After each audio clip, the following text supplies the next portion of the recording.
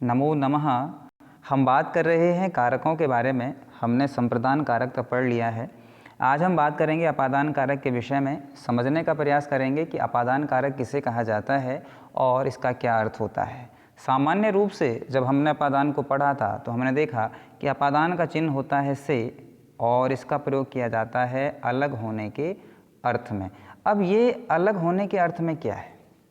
दो बातें हैं यहाँ पर। एक तो ये है कि जो करण कारक है और जो अपादान कारक है इसमें से का चिन्ह का प्रयोग किया जाता है, यानी दोनों में ही से का चिन्ह आता है। अब डिफरेंस दोनों में समझना पड़ेगा कि कब आपको करण कारक का प्रयोग करना है और कब आपको अपादान कारक का प्रयोग करना है, यानी कि कौन सा से करण होगा और कौन सा से अपादान होगा, ये आपको पहचानना बहुत ज़रूरी है।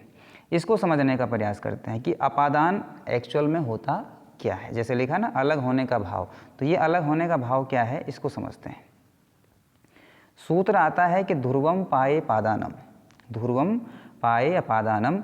इसका मतलब क्या होता है कि जिस निश्चित स्थान से कोई वस्तु या व्यक्ति क्या होता है अलग होता है, उस स्थान को हम क्या कहते हैं? अपादान कहते हैं। ध्रुवम मतलब होता है कोई निश्चित स्थान। तो जब भी किसी स्थान से कोई व्यक्ति दूर जाता है तो उस स्थान को हम क्या कहते हैं? अपादान कहते हैं। और अपादान का चिन्ह क्या होता है? से और अलग। जैसे एग्जाम्पल के लिए कहता है कि वह घर से आता है, वह घर से आता है। सबसे पहले मैंने आपको बता रखा है, सबसे पहले वाक्य में क्या होना चाहिए? आपको क्रिया पहचाननी है। क्रिया है आना। कौन आता है? तो वह आता है, यानी यहाँ पर कर्ता हमारे पास वह हो गया और आना उसकी क्रिया हो गई। अब वो कहाँ आ रहा है ये तो यहाँ पे डिसाइड नहीं हो रहा है, यानी कहाँ वो पहुँचना चाह रहा है, यानी कर्म तो यहाँ पे है नहीं।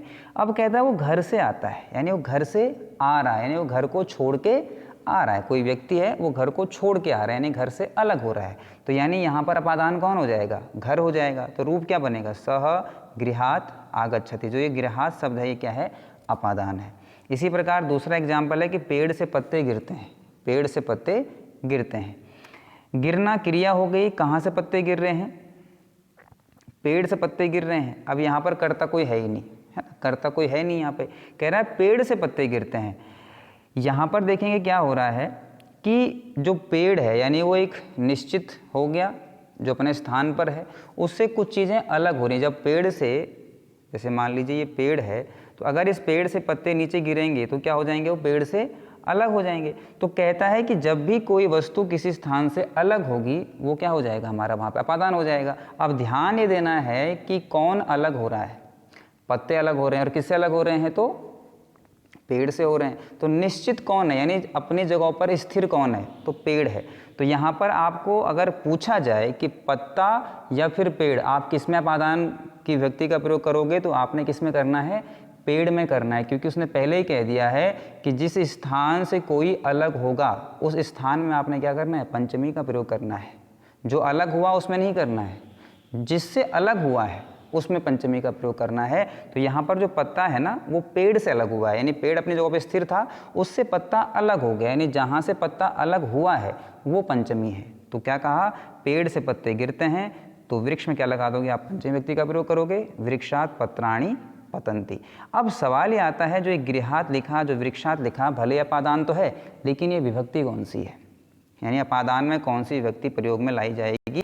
तो सूत्र आता है कि अपादाने पंचमी, यानी जब जब आप अपादान विभक्ति का प्रयोग करोगे तो आप हमेशा पंचमी विभक्ति को ही देखोगे। तो यानी कि अपादान कारक में कौन सी विभक्ति होती है? पंचमी विभक्ति होती है। अब इसको समझेंगे। अगला सूत्र आता है कि बहिर्योगे पंचमी, यानी कि अब कहाँ कहाँ अपादान कारक होने वाला है। कह रहे हैं जब भी बाहर शब्द की बात आएगी, बहिर शब्द की बात आएगी, तब तब पंचमी व्यक्ति का प्रयोग किया जाएगा। जैसे कहता है कि घर के बाहर बगीचा है, यानी घर से बाहर क्या है? बगीचा है। अब तुम अगर यहाँ पर बहि शब्द का प्रयोग कर रहे हो तो तुम्हें क्या करना पड़ेगा? यहाँ पर पंचमी व्यक्ति का प्रयोग करना पड़ेगा। अब ये देखना है कि कहाँ से बाहर, तो कह रहा है घर से बाहर। तो रूप क्या बनेगा? गृहात बहि वाटिका अस्ति। अब ये गृहात शब्द कैसे बनता है, कहाँ बनता है, जरा एक बार देखेंगे इसको। आपने रामः राम शब्द देखा होगा। जिस प्रकार से पंचमी का राम का रूप रामात बनता है, उसी प्रकार से गृहात बनता है। अब गृहात भले नपुंसक लिंग में बनता है लेकिन पंचमी में इसका रूप बिल्कुल सेम हो जाता है। तो पंचमी का एक वचन क्या है? जैसे राम का रामात है वैसे ही गृह का गृहात हो जाएगा। तो ये क्या चलेगा, हमेशा पंचमी में चलेगा। अगर एक स्थान है तो एक वचन, दो है तो द्विवचन और बहुत सारे हैं तो बहुवचन।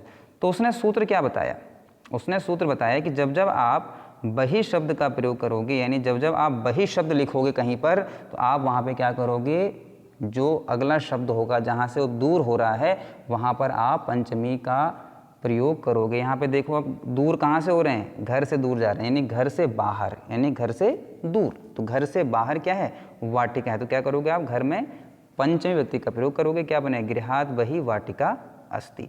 इसी प्रकार से वह घर से बाहर गया, एक व्यक्ति है, वो क्या किया उसने, वो घर से बाहर चला गया। अब वो क्या हो रहा है, घर से दूर हो रहा है, यानी घर से वो दूर जा रहा है। तो जिस स्थान से वो दूर जाएगा वो क्या हो जाएगा, अपादान हो जाएगा। तो वह कहाँ से बाहर जा रहा है, वह घर से बाहर जा रहा है, वो उस निश्चित स्थान से बाहर दूर जा रहा है, बाहर जा रहा है। तो यहाँ पर हम क्या करेंगे, पंचमी कहाँ लगा देंगे, घर में लगा देंगे। अनुवाद क्या बनेगा, सह गृहात बहिर्गतः। ये जो गतः शब्द है इसमें त प्रत्यय का प्रयोग किया गया है। गम धातु में जब आप त प्रत्यय लगाएंगे फिर वो क्या बन जाता है, गतः बन जाता है, क्योंकि ये पुल्लिंग है ना, सह यानी कि पुल्लिंग, तो ये गतः बन गया। अगर सा होता फिर क्या बनता, गता बन जाता। तो इस प्रकार से यहाँ पर एक त प्रत्यय का प्रयोग किया गया है। नेक्स्ट सूत्र आता है कि ऋते योगे पंचमी। ऋते का मतलब किया जाता है हमेशा बिना के अर्थ में, यानी कि विदाउट के अर्थ में। ऋते मतलब होता है बिना, विदाउट। कि कहता है कि ज्ञान के बिना मुक्ति नहीं, यानी अगर आप ज्ञान से दूर हो तो आपको मुक्ति नहीं मिल सकती है, या ज्ञान के बिना नौकरी नहीं।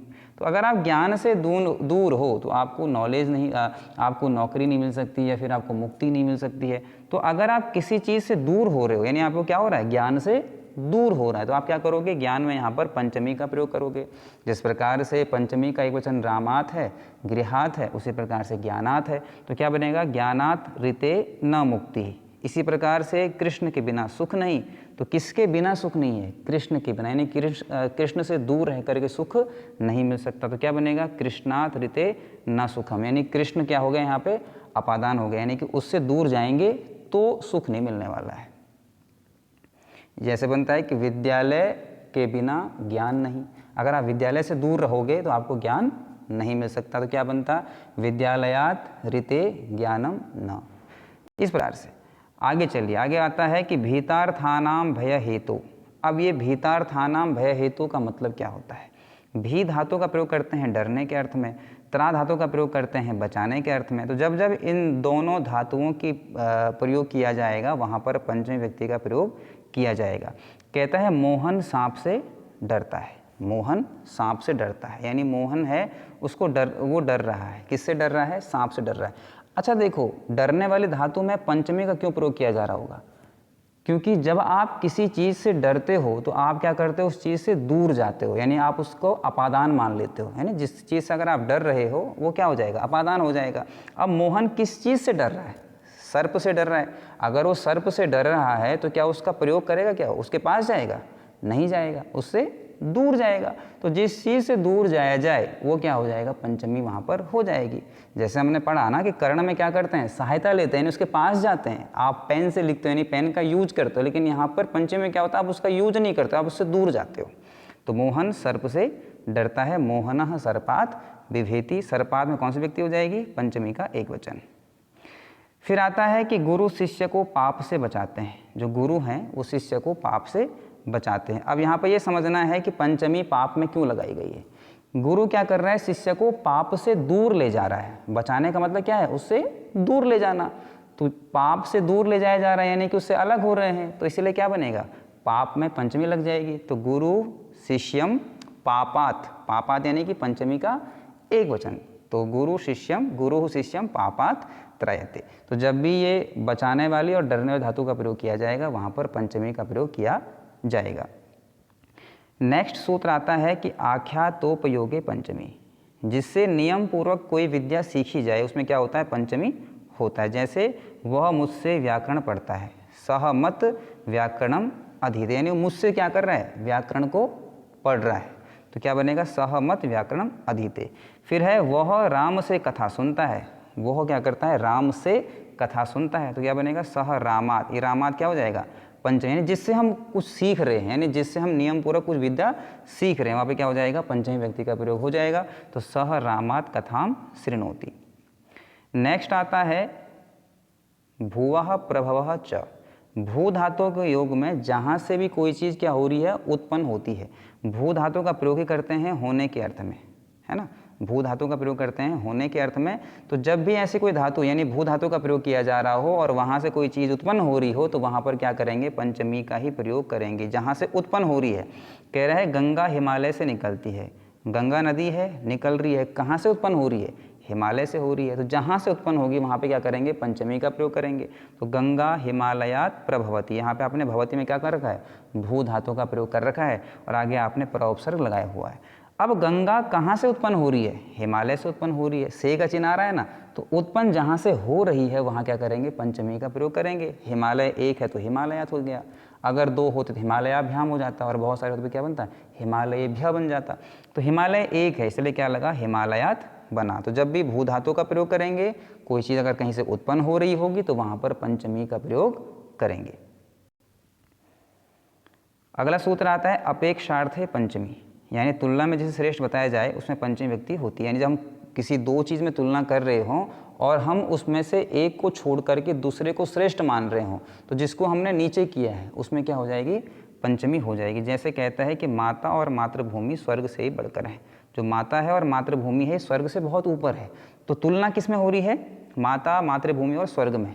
यहाँ पर माता और मातृभूमि को श्रेष्ठ बताया जा रहा है और स्वर्ग को बहुत नीचे लाया जा रहा है। तो पंचमी कहाँ होनी चाहिए, स्वर्ग में होनी चाहिए, क्योंकि इसको नीचे ला रहे हैं। जिसको छोड़ रहे हैं वहाँ पंचमी कर दो, यानी जिससे दूर जा रहे हैं हम अपने साथ माता और मातृभूमि को रख रहे हैं और स्वर्ग को हम छोड़ रहे हैं, तो जिससे अलग हो रहे हैं पंचमी हो जाएगी। तो क्या बनेगा, जननी जन्मभूमिश्च स्वर्गात अपि। इसका विच्छेद क्या बनेगा, इसका विच्छेद बनेगा स्वर्गात प्लस अपि। तो स्वर्गात में कौन सी व्यक्ति हो जाएगी, पंचमी। स्वर्गात में ही हमने पंचमी क्यों लगाया, क्योंकि वहाँ पर वो स्वर्ग को नीचे कर रहा था और जननी जन्मभूमि को ऊपर कर रहा था। फिर कहते हैं विद्या धन से बढ़कर है, यानी जो विद्या है वो धन से बढ़कर है, यानी विद्या उसको अधिक पसंद है, धन उसको कम पसंद है। तो धन से वो दूर जा रहा है, अलग हो रहा है, लेकिन विद्या को अपने साथ रख रहा है। तो विद्या धनात गरीयसी, धन को उसने क्या कर दिया, अपादान कर दिया। अगला सूत्र है, अंतिम सूत्र है कि परा पूर्व योगे पंचमी, यानी जब भी हम पर और पूर्व शब्द का प्रयोग करते हैं तब पंचमी व्यक्ति का प्रयोग किया जाता है। पर का मतलब होता है बाद, पूर्व मतलब होता है पहले।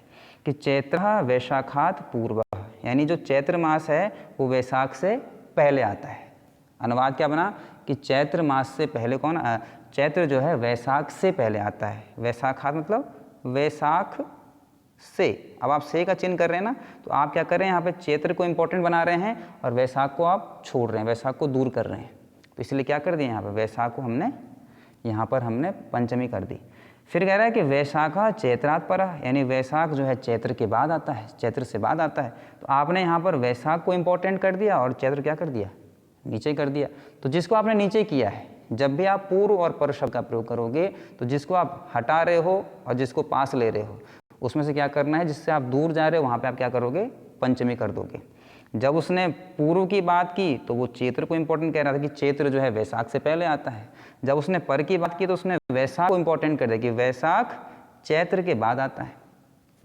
तो इस प्रकार से यहाँ पर पंचमी व्यक्ति का प्रयोग किया जाता है। हमें बस ये समझना है कि पंचमी का मतलब होता है अपादान, अपादान का मतलब होता है दूर होना, यानी जब किसी चीज़ से दूर हुआ जाए। तो जिस चीज़ से दूर हुआ जाएगा वही क्या है, पंचमी व्यक्ति है, वही अपादान है। तो इस वीडियो में हमने जो है अपादान कारक को समझने का प्रयास किया।